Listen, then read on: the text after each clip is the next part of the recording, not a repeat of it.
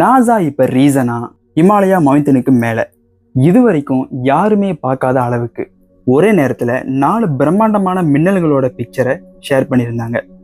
அதை பத்தி தான் இன்னைக்கு நம்ம இந்த வீடியோல பார்க்க போறோம். முழுசா பார்க்கலாமா?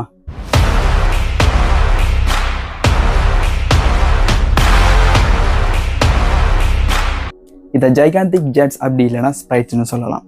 இதுவரைக்கும் யாரும் பார்க்காத இந்த பிரம்மாண்டமான ஜைகாந்திக் ஜெட்ஸை இந்த 21st செஞ்சுரியில தான் முதல் புகைப்படமா எடுக்கப்பட்டிருக்கு. இப்போ இது என்ன, எப்படி உருவாகுதுன்னு பார்க்கலாமா? இது வேற எதுவும் இல்லை, மின்னல் தான், ஆனா டிஃப்ரெண்ட் டைப்ஸ். இப்போ நம்ம எப்போதும் பார்க்குற சாதாரணமான மின்னல் நம்ம அட்மாஸ்பியர்ல உள்ள முதல் லேயரான ட்ரோபோஸ்பியர்ல தான் பார்ப்போம்.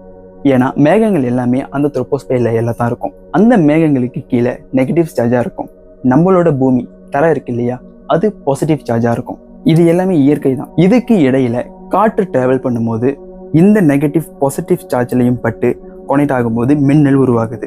அப்படி உருவாகிற மின்னல் நம்ம பூமி தரையில வந்து படும். அதாவது மேகத்திலிருந்து பூமிக்கு வரும். இது நம்ம சாதாரண பார்க்குற மின்னல். இது எல்லோ கலர் அப்படி இல்லைன்னா ஒயிட் கலர்ல கூட இருக்கும்.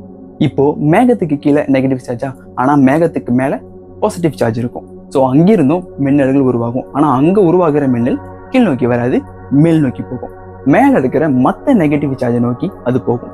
இது நீல கலர்ல தோற்றத்தை கொடுக்கும். காரணம், இது நம்ம மேல அட்மாஸ்பியர்ல இருக்கிற அதிகமான நைட்ரோஜன் கேஸால ஏற்படுது. இப்படி மேல் நோக்கி போற இந்த மின்னலை ப்ளூ ஸ்டார்டர் அப்படி இல்லைன்னா ப்ளூ ஜெட்னு சொல்லுவாங்க. அதுவே இப்படி மேல் நோக்கி போற இந்த ப்ளூ ஜெட் ரொம்ப உயரமா இன்னும் மேல போயிட்டு மேல இருக்கிற தெர்மோஸ்பியர் லேயரோட கனெக்ட் ஆயிருச்சு அப்படின்னா அதுதான் ஸ்ப்ரைட்ஸ் அப்படி இல்லைன்னா ஜைகாந்திக் ஜெட்ஸ். இதுக்கு முன்னுக்கும் அந்த ஸ்ப்ரைட்ஸ் இருக்கு இல்லையா, அந்த ஜைகாந்திக் ஜெட்ஸை வந்து கேப்சர் பண்ணியிருக்காங்க. ஆனா இந்த அளவுக்கு பிரம்மாண்டமா இது வரைக்கும் எந்த கேப்சரும் இருந்ததில்லை. இப்ப எடுக்கப்பட்டது தான் 21st செஞ்சுரியிலேயே இப்ப எடுக்கப்பட்ட இந்த புகைப்படம் தான் மிக பிரம்மாண்டமானது. இந்த வீடியோ பத்தி உங்களுக்கு ஏதாச்சும் கேள்வி இருந்துச்சுன்னா நீங்க தாராளமா கமெண்ட்ல கேட்கலாம். இதை விட இன்ட்ரெஸ்டிங்கா அடுத்த வீடியோல பார்க்கலாம்.